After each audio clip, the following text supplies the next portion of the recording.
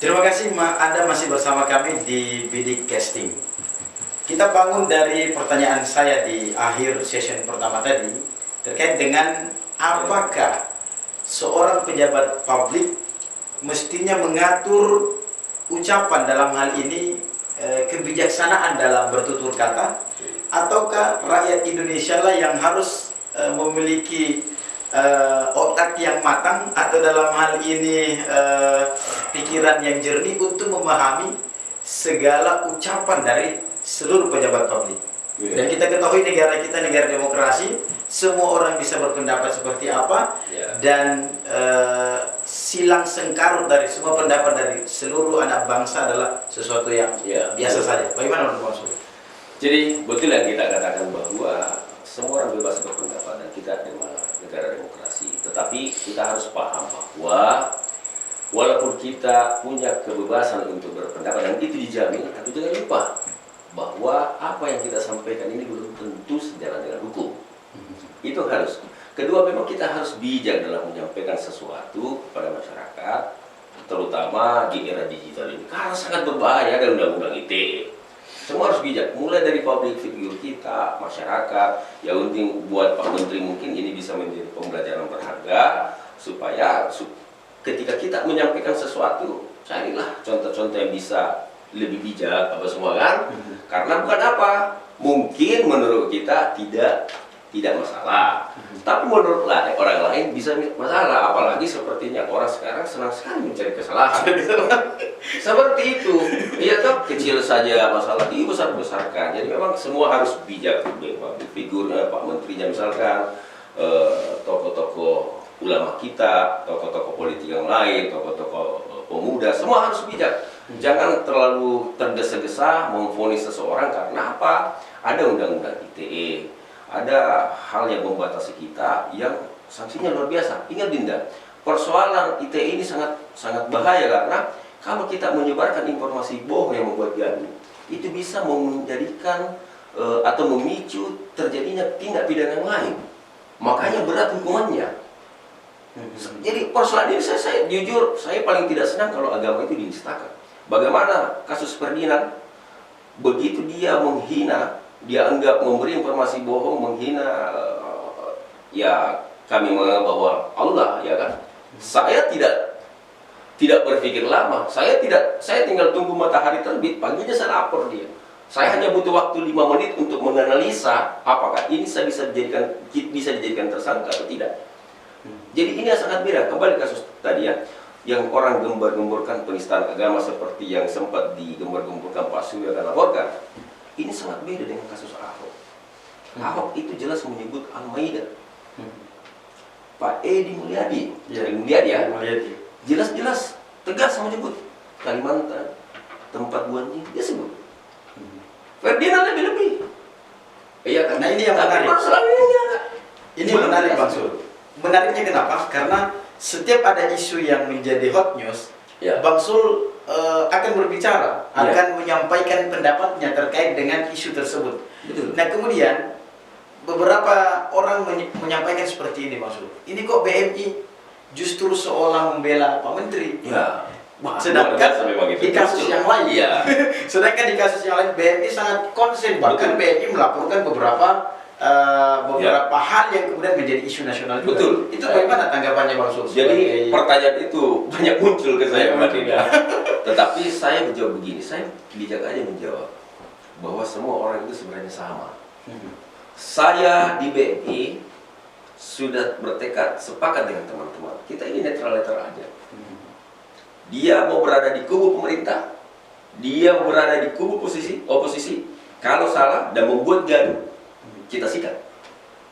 Tetapi kita harus punya data. Karena kita ini bukan mau debat kusir. Saya sempat dibilang, wah ini BMI kerjanya melapor. Saya lebih bagus melapor daripada saya berkelahi. Jauh lebih bagus seperti itu. Saya ditanya, dulu kita tidak senang dengan Pak Yakut. Betul, saya sepakat memang ada beberapa kebijakan beliau yang saya juga tidak senangi. Tetapi saya tidak bisa menutup mata dengan kondisi ini. Ini harus saya kaji. Kalau salah ya salah. Benar-benar teman-teman silahkan bertahan dengan argumentasinya, saya juga seperti itu. Jadi saya bilang ini bukan persoalan dukung-mendukung, ini persoalan kemampuan menganalisa itu. hasil analisa saya seperti ini dan saya tidak berani untuk ikut arus dengan teman-teman melakukan hujatan, memvonis dia seperti enggak berani. Bukan saya, memang sampai sekarang bahkan saya bilang sama teman-teman, kasih saya celah hukumnya, carikan saya celah hukum yang bisa membuat saya memvonis ini orang. Tetapi sampai sekarang saya tidak bisa dan tidak mungkin saya berani lakukan itu tanpa didukung dengan data yang jelas. Karena kita bukan mau debat kusir. Kalau berbicara asumsi, semua orang punya asumsi. Berbicara logika, semua orang bisa berlogika. Kita tidak mau saling bolak-balik bahasa, debat kusir, enggak. Saya bilang, carikan saya bukti bahwa Pak Menteri dapat kita pidanakan dengan penistaan agama. Saya sikat di mana? Saya jujur, saya bilang Pak Surya ini saya bingung. Misalnya kan, pertanyaannya begini Bang Sul. Toa dan masjid ini dianggap oleh sebagian orang bahwa ini bukan lagi bagian dari agama, tapi justru ini menjadi budaya. Kenapa? Karena sejak kemerdekaan toa ini sudah ada dan orang azan juga sudah ada. Betul. Dan syiar-syiar yang lainnya yang kemudian dikeluarkan suaranya melalui toa pun ada di zaman yang dulu. Nah ini kemudian sekarang Pak Menteri berusaha untuk mau mengatur ini. Itu maksudnya gini, artinya Pak Menteri memang sengaja membuat orang berasumsi lain terhadap apa yang beliau ada dalam surat edaran itu. Nah ini yang kemudian bagaimana? Kira-kira pandangan BMI, kok Pak Menteri mau ngatur surat azan? Jadi gini, seperti apa? Betul, di masa lalu sudah seperti itu. Sekarang ini kita harus bedakan kondisi yang lalu sama sekarang. Berapa jumlah penduduk Indonesia pada saat itu dengan sekarang? Tingkat kepadatan dan tingkat kesibukannya orang. Lihat sekarang orang begitu sibuknya sampai sekarang makan saja susah, apa susah. Iya, jangan sampai kita mempertahankan pola lama justru mengganggu orang sekarang.